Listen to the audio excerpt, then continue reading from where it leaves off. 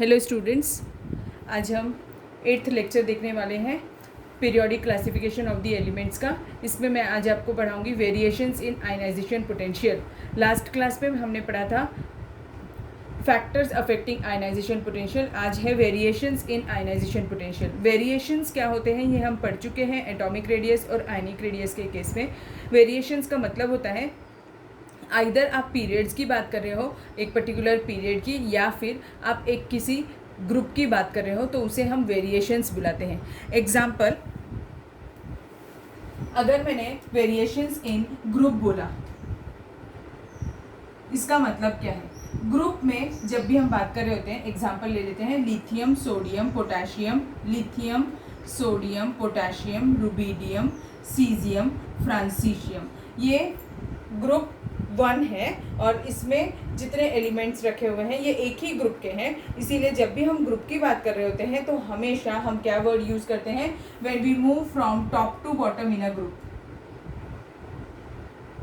समझा? When we move from top to bottom in a group, ऐसा बोलना पड़ता है। तो तब आयनाइजेशन पोटेंशियल को क्या होता होगा, ये अब आपको याद होगा। आयनाइजेशन पोटेंशियल क्या होती है? ये वो एनर्जी होती है जब हमें किसी भी एटम में से उसका लास्ट इलेक्ट्रॉन रिमूव करना होता है। और कहाँ से रिमूव कर रहे होते हैं हम? उसके आउटर मोस्ट ऑर्बिट से रिमूव कर रहे होते हैं। और वो एटम कैसा होना चाहिए? उसके लिए आइसोलेटेड और गैसियस स्टेट में होना चाहिए। इस प्रोसेस को हम क्या बुलाते हैं? आयनाइजेशन पोटेंशियल या फिर आयनाइजेशन एनर्जी भी बुलाते हैं। अब when we move from top to bottom in this group, from lithium to francium, पहले तो हम इनके साइज के बारे में देख लेते हैं।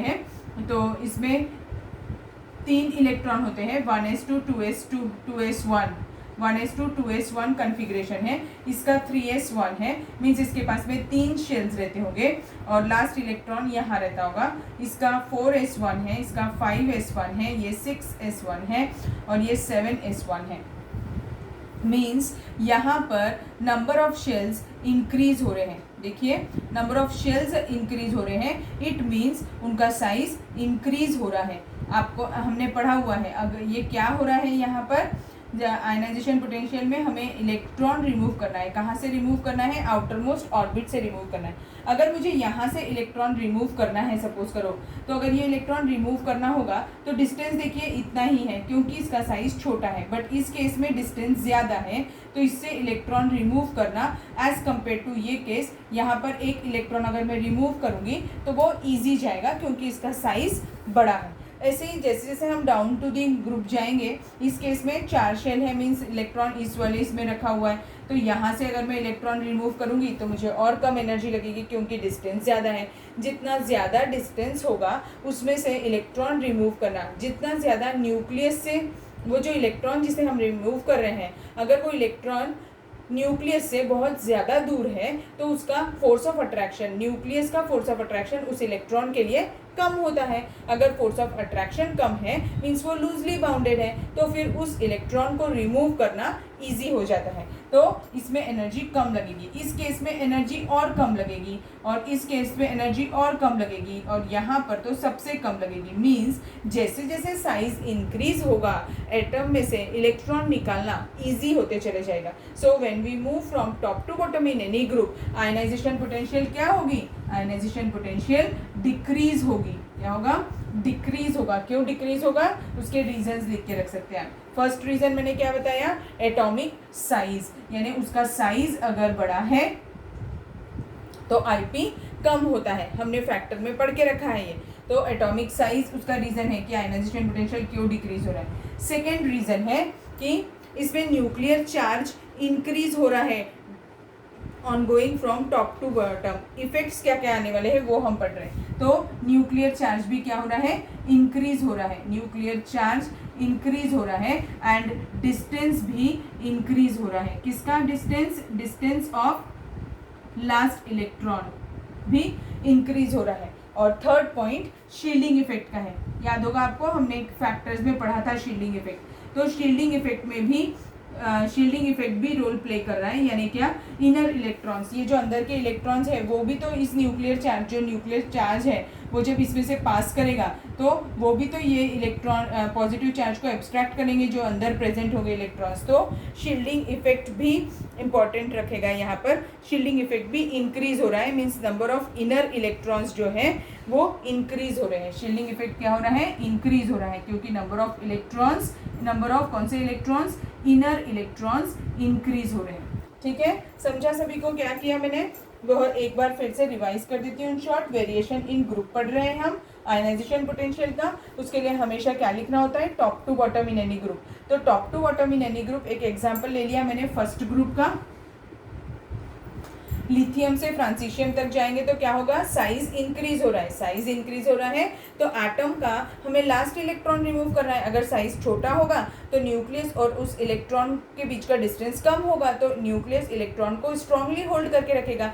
जैसे जैसे साइज इंक्रीज होगा न्यूक्लियस का डिस्टेंस उस इलेक्ट्रॉन से, लास्ट वाले इलेक्ट्रॉन से बढ़ जाएगा। अगर इलेक्ट्रॉन का बीच का डिस्टेंस बढ़ गया न्यूक्लियस और इलेक्ट्रॉन के बीच का, तो उस इलेक्ट्रॉन के ऊपर न्यूक्लियस का फोर्स ऑफ अट्रैक्शन कम हो जाएगा। अगर फोर्स ऑफ अट्रैक्शन कम होगा तो वो लूजली बाउंड होगा, और लूजली बाउंड होगा तो उसे रिमूव करना ईजी होगा। इसीलिए आयनाइजेशन पोटेंशियल क्या होती है, डिक्रीज होती है। समझ में आया सभी को? अभी एक चीज़ रह गई थी हमारी कि वेरिएशन इन ग्रुप जब रहेगा, अगर मैंने उसका ग्राफ प्लॉट किया तो क्या हो रहा है, लिथियम की सबसे ज़्यादा रहने वाली आयनाइजेशन पोटेंशियल और डाउन दी ग्रुप डिक्रीज हो रही है, इसीलिए ग्राफ ऐसा रहेगा। और ये मैंने ग्राफ किस किस के बीच में बनाया है, एटॉमिक नंबर और आयनाइजेशन पोटेंशियल के बीच में। अब हम देखेंगे वेरिएशन इन पीरियड। अगर मैं वेरिएशन इन पीरियड देखूँ तो क्या होगा, देखिए वेरिएशन इन पीरियड, पीरियड में व्हेन वी मूव फ्रॉम, उसमें कैसे लिखना होता है, left to right. When we move from left to right in any period, left to right in any period, ऐसा लिखना पड़ता है। ठीक है, तो when we move from left to right in any period what happens, हमने पढ़ा है एटॉमिक रेडियस क्या होती है, डिक्रीज हो रही होती है। जब भी हम लेफ्ट टू राइट जाते हैं तो एटॉमिक रेडियस डिक्रीज होती है। तो अभी हम देखेंगे ट्रेंड कैसा रहेगा फिर आयनाइजेशन पोटेंशियल का in period. Variation in period में when we move from left to right in any period, atomic number increase हो रहा होता है, इसीलिए आयनाइजेशन पोटेंशियल भी इंक्रीज होता है। ठीक है, इसमें रीजन लिख लीजिए, एटॉमिक नंबर इंक्रीज हो रहा होता है, इसीलिए आयनाइजेशन पोटेंशियल भी इंक्रीज हो रहा होता है। एक एग्जांपल ले लेते हैं ये समझने के लिए सेकेंड पीरियड का। सेकेंड पीरियड के एलिमेंट्स कौन है, lithium, beryllium, boron, carbon, nitrogen, oxygen, fluorine और नियॉन। तो इनका पहले हम कन्फिग्रेशन लिखेंगे, उसके बाद में हम इसे समझ पाएंगे। तो इसका कन्फिग्रेशन क्या हो जाएगा, 1s2 2s1 हो जाएगा। ठीक है, मैं इसको थोड़ा और नीट बनाने की कोशिश करती हूँ जिससे आपको समझने में इजी हो। और अगर बेरिलियम का बनाना होगा, कन्फिग्रेशन लिखना होगा तो 1s2 2s2 हो जाएगा। बोरॉन का 1s2 2s2 2p1,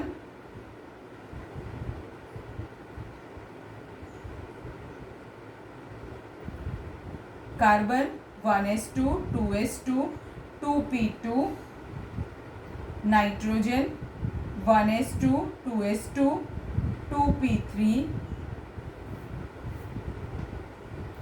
oxygen 1s2 2s2 2p4,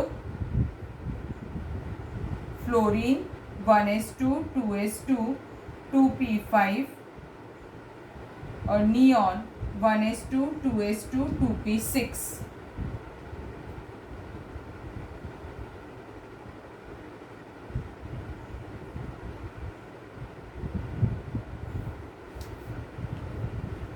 अब जब हम इनका कन्फिग्रेशन से अगर हम देखें, देखो इसमें क्या हो रहा है, नब शेल्स जो है वो सेम ही रही है, सेकेंड शेल तक ही है।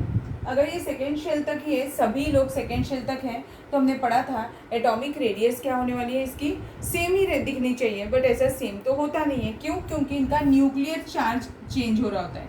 न्यूक्लियर चार्ज कैसा रहता है, देखिए 3, लिथियम का एटॉमिक नंबर 3 है तो इसका 3 का प्लस चार्ज रहेगा, बेरिलियम का 4 रहेगा, इसका 5 प्लस रहेगा, इसका 6 प्लस एंड सो ऑन, ऐसे रहेंगे इनके न्यूक्लियर चार्जेस। अब अगर न्यूक्लियर चार्ज इंक्रीज हो रहा है पर डिस्टेंस सिर्फ 2 ही शेल का रह रहा है, और शेल कितने रह रहे हैं, सिर्फ 2 ही शेल्स है सभी में, तो क्या होगा, अगर न्यूक्लियर चार्ज इंक्रीज हो रहा होगा और डिस्टेंस में कोई चेंज नहीं होगा तो फोर्स ऑफ अट्रैक्शन जो है, न्यूक्लियस का जो फोर्स ऑफ अट्रैक्शन 2 शेल के लिए है, जैसे जैसे ये इंक्रीज होगा ये अट्रैक्शन बढ़ते जाएगा। अगर अट्रैक्शन बढ़ेगा तो साइज क्या होगा, कम होगा। तो when we move from left to right size कम हो रहा है, इसीलिए हम क्या बोलते हैं, आयनाइजेशन पोटेंशियल इंक्रीज होगा। पर हमने एक और चीज़ पढ़ी थी कि रेगुलर एकदम डिक्रीज ही हो ऐसा ज़रूरी नहीं है, एटॉमिक रेडियस के केस में भी उसमें थोड़े से वेरिएशंस रहते हैं। तो अभी हम एक एक करके देखेंगे। देखिए अभी लिथियम से बेरिलियम की तरफ अगर हम गए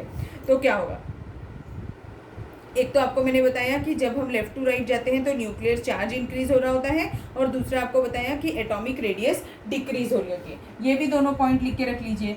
क्या होता है, when we move from left to right in a period, nuclear charge जो है वो क्या हो रहा है, इंक्रीज हो रहा है, और एटॉमिक रेडियस जो है वो क्या हो रही है, डिक्रीज हो रही है।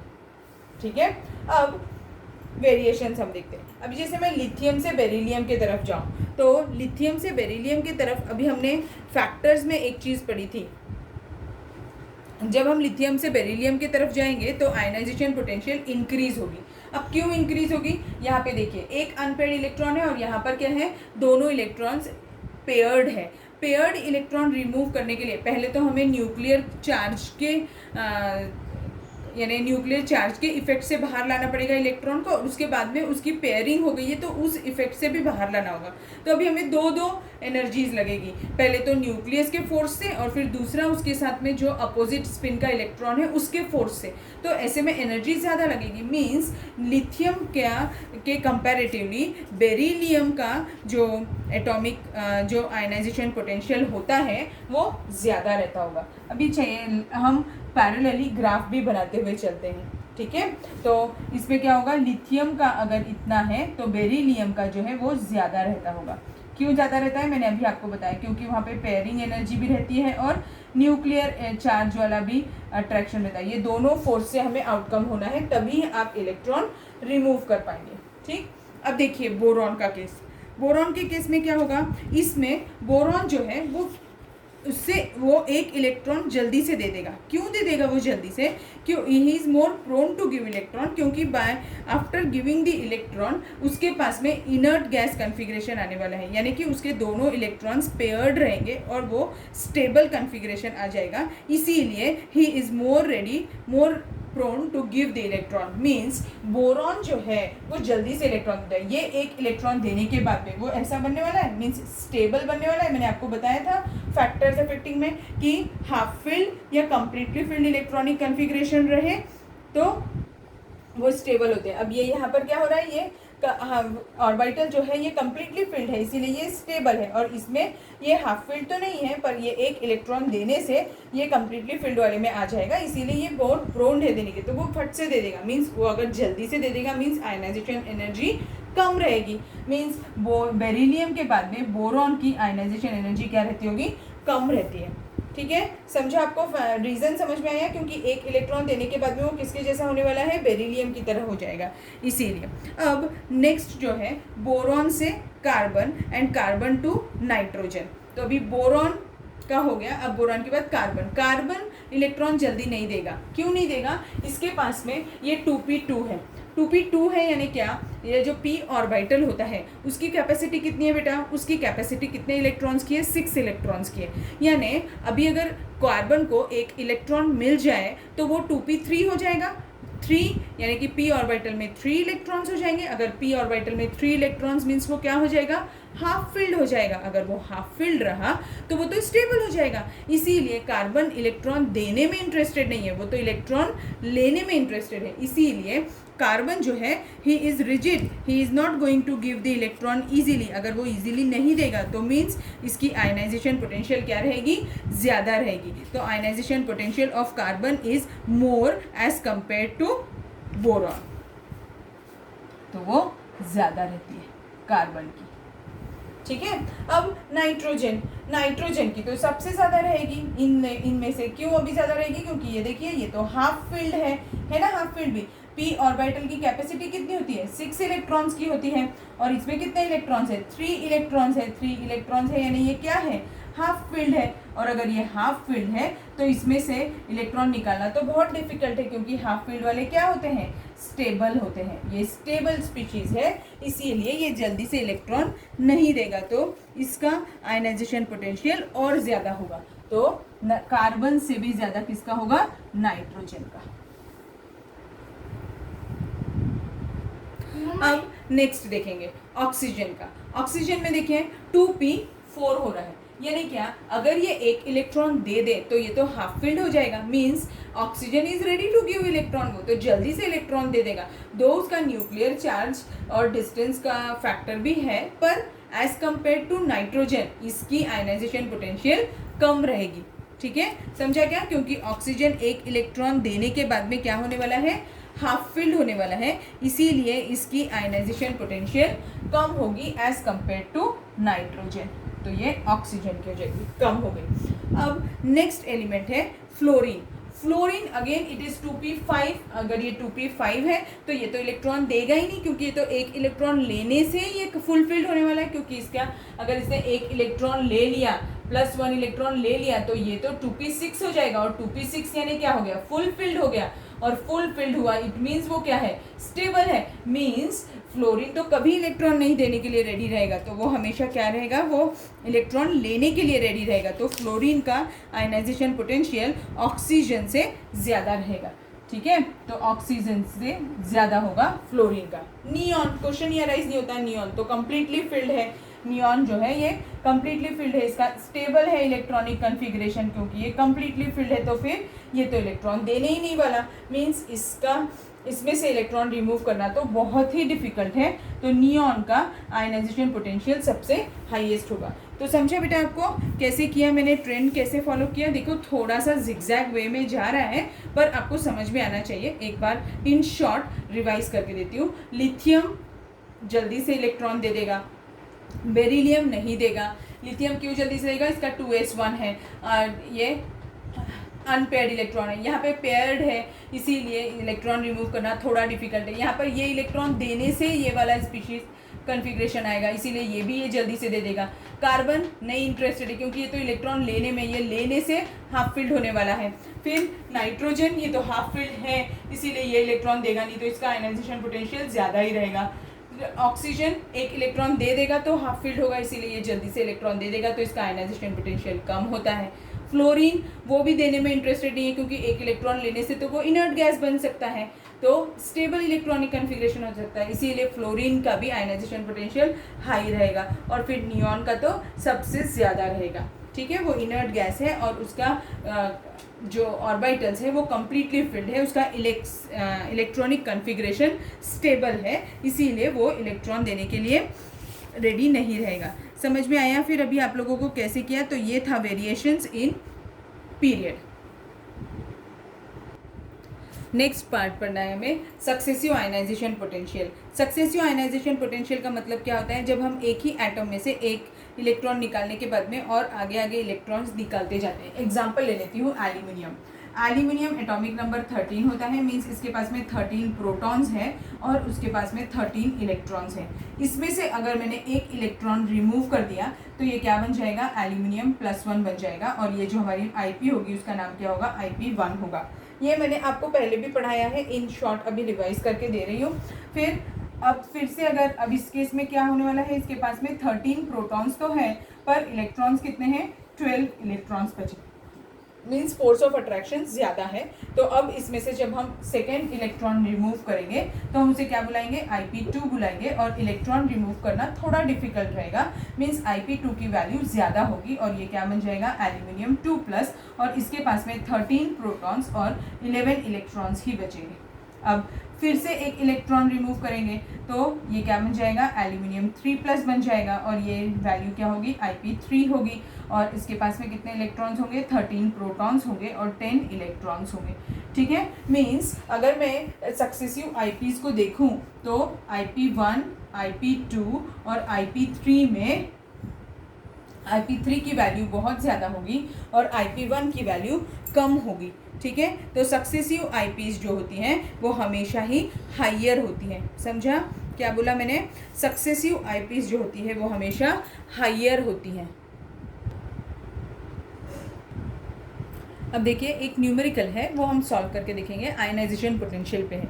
क्या बोलता है question? How much energy in joules must be required to convert all the atoms of sodium to sodium ions present in 2.3 milligrams of sodium vapours. यानी उसे ये पता करना है कि अगर 2.3 मिलीग्राम सोडियम वेपर्स में जितने भी सोडियम प्रेजेंट है उन्हें सोडियम आयंस में कन्वर्ट करने के लिए कितनी एनर्जी लगेगी। और गिवन क्या है इस क्वेश्चन में? Ionization potential of sodium given है वो 495 किलो जूल पर मोल है। यानी एक मोल के लिए आयनाइजेशन पोटेंशियल दिया हुआ है 495 और एटॉमिक मास सोडियम का दिया हुआ है 23। तो हम इसे सॉल्व कैसे करेंगे? देखिए आयनाइजेशन पोटेंशियल के अकॉर्डिंगली कैसा होता है, सोडियम जो है इसको अगर मुझे Na+ में कन्वर्ट करना है, मुझे एक इलेक्ट्रॉन रिमूव करना है, तो ये क्या होगी? उसकी आयनाइजेशन पोटेंशियल एनर्जी होगी। और आयनाइजेशन पोटेंशियल एनर्जी कैसी एनर्जी होती है?